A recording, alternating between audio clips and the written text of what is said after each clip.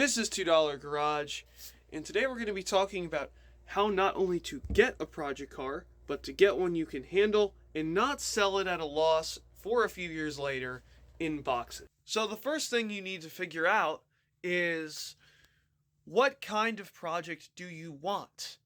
And what I mean is, where do you want to start? What do you want the car to be at when you're starting off? This is a perfect example of the kind of project you probably wouldn't want to take on when you're 14 or 15. This is a 1940 Plymouth, and obviously it's kind of just a regular sedan. Now the interesting story behind this was, it's got weird Krieger's muscle car wheels. This was somebody's hot rod back in the 60s, and then it just sat. Now it doesn't have an engine in it right now, and I'm sure it was nice in 1971, but, well, it's not now. It's been someone's part storage for quite a few decades at that rate. That being said, if this was your 5th project or your 6th project, you've done rebuilds, this actually is savable. So the floor is bad, but you have a base structure. Your center supports are there, and most importantly, you have a frame rail. Now in here is a flathead 6. It has been sitting for a long time. Now, this is again the exception. This is a flathead, so it'll probably run on spit and bubblegum, but in general, you don't want to get an engine that's been sitting for a very long time. Even something like a small block Chevy, there's a very good chance, even if you get it running, it's probably going to burn more oil than a small Middle Eastern country. This is another example. This is yet another oddity. This is a 59 Go-Go Mobile. It's basically a motorcycle that has 4 wheels. And this is a little bit too much for even me. So, as we can see, it has no rocker, and the only thing holding this car together is that center support right there, and this rocker, which is somewhat intact. You also don't want to get something that's way above your skill level, because you'll never get it done. Now, of course, someone may say, well, that's the challenge. You dive in and you figure it out and you get it done. And there are some people that buy a project that's too much for them and they fix it and get it done. But a lot of people don't do that, and they end up with a parts bin special or a big box of parts sitting in the garage or space or whatever, and they end up selling it on Marketplace for a huge loss. A good, perfect example of exactly what I'm talking about is this Model T here. You know, I really want to get to it, but life keeps getting in the way, things keep happening, and things keep breaking.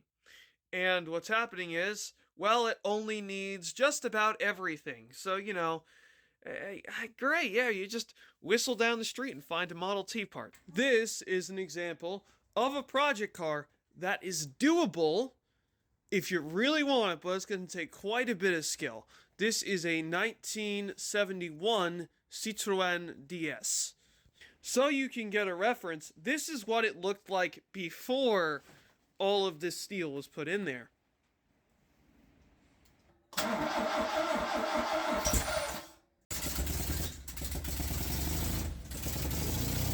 Another big factor that isn't mentioned is parts availability, and that is key to a lot of projects. Another reason, if you wanted to look at something like this as a first or second project, is the problem of parts. So please tell them how difficult it was, or how difficult it can be, to get and find parts for something like this here, where it's not very common. Well, with this car, everything is basically hard to find, except for the parts you can get through Mercedes-Benz. Like, various of these hydropneumatic components, like, for instance, the steers or the pump, you can get through Mercedes-Benz. But everything else you gotta go through Denmark or France or England to get, and it's just a big pain. And you're basically messaging some guy in a European country saying, hey, could you ship this just used part all the way to America? Exactly. A good example would be the Z4 here, or say an E46 chassis.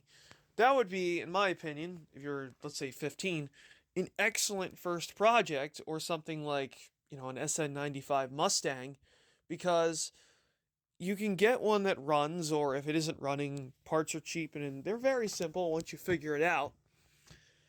And once again, you have a functioning vehicle that's in one piece. The other thing you have to consider is something like this is, it's like this one's 20 years old, but it's a newer car, and it's, you can go to AutoZone and get parts or Rock Auto, and stuff is available. So even if it's very much simpler to work on. The opposite effect of that would be something like my Porsche. Now, that blue interior is great, and one of the reasons I picked it up and spent way too much money on it, but finding blue interior is very difficult. It's a very uncommon color, and when stuff does come up, it's usually expensive or on the other side of the country. Mechanically, it's a very similar story. That's a 1.5 year only engine, and a lot of the engine stuff is unobtainium or very expensive. So you got to keep that in mind, because you got to look at how much it's going to cost to get your project of choice running. Like the speed and reference sensor right here, which is old and I think why the car won't start. Ordered a new one.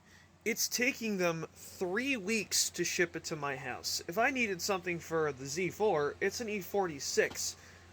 There's a bunch of them everywhere. Truth be told, if I could go back in time and talk to me from last November, when I started looking for 944s, I would just go for a 924S. For the price of a ratty running 944, you can get one of those that's in really good shape. Or for a little bit more, if you're not completely dead set on a 944, save up an extra $1,500, you can go get a Boxster S, which is a lot of car for the money. The other part you have to consider is where you're at and what position you're in from a buying perspective. So a good example of this would be, I have a functioning daily driver, and I have a functioning project car right behind me that I can take to work if need be. It just burns quite a bit of oil. That being said, they work. If I had one vehicle, or I didn't have an option of having something that functions, well, that would be a little more difficult. As an experiment, I'm going to throw up 3 reasonably affordable listings that are, a good daily quality enthusiast-like project car, and then I'm going to go throw up 3 basket cases that would be fun little projects that probably aren't bad for the money.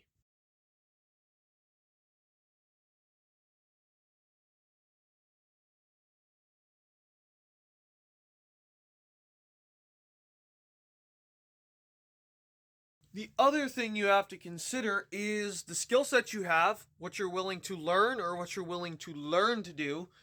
And you also have to remember, if you are going to send it to the shop for anything, whether that's metalwork or you get the point, how much it's going to cost and if it's even worth it.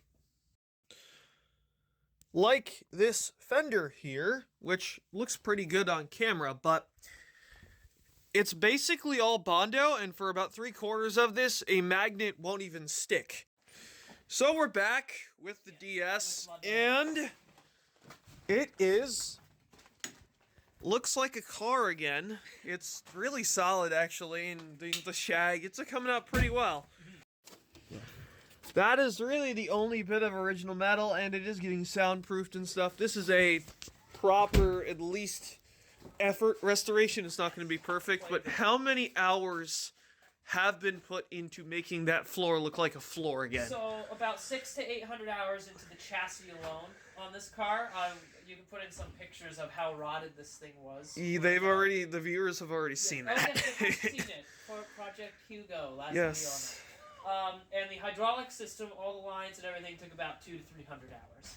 So I'd say about 1,000 hours just in those. And I'm not even talking about work on the engine, which was probably a couple hundred as well. Now, your estimation, how much do you think at a restoration shop, because no mechanic shop would take this, especially even now they probably wouldn't. How much do you think a restoration shop that was worth their salt and not complete and total garbage would charge per hour? Probably over 100. That's $75 for body work, and that's just a normal car. They're gonna butch the welding. It's not gonna be perfection. It's just get it running, get it fixed kind of work. Yeah. So I'd say well over 100 for a classic shop. And with that price in mind, just think of how much this has cost. Probably over $100,000. Now this is an example of, in an alternative universe, where I actually looked at more Porsche 944s instead of just buying the first one. This is in the state that you would ideally want it in. This is the 4Ti. You know about it from the rest of the channel. It is 44,000 miles. It's been sitting for 15 years, but it's a Southern car. So it's completely unmolested. All the bolts come out, and you can actually kind of work on it. And it's not a total and complete fight with everything. On top of this, they are a case of rare, but not necessarily that valuable in comparison to other vehicles from the era. So things like a new old stock dash in the same color just appear because you're interested. Now, there's always exceptions if you have something truly special or rare, like an Integra Type R, or a Charger Hemi, or like a 968 Club Sport, or something like that. But for the most part, when you keep in mind most shops charge at least $100 an hour, especially restoration ones. When you put, 1, 2, 300 hours in this car, that's a lot of money, and you're literally flushing about $10,000 minimum in just labor alone down the drain when you sell the car. Just remember that. That will be the end of this video. Don't forget to leave a like, favorite, and subscribe. I hope this helped you find a project, and have a nice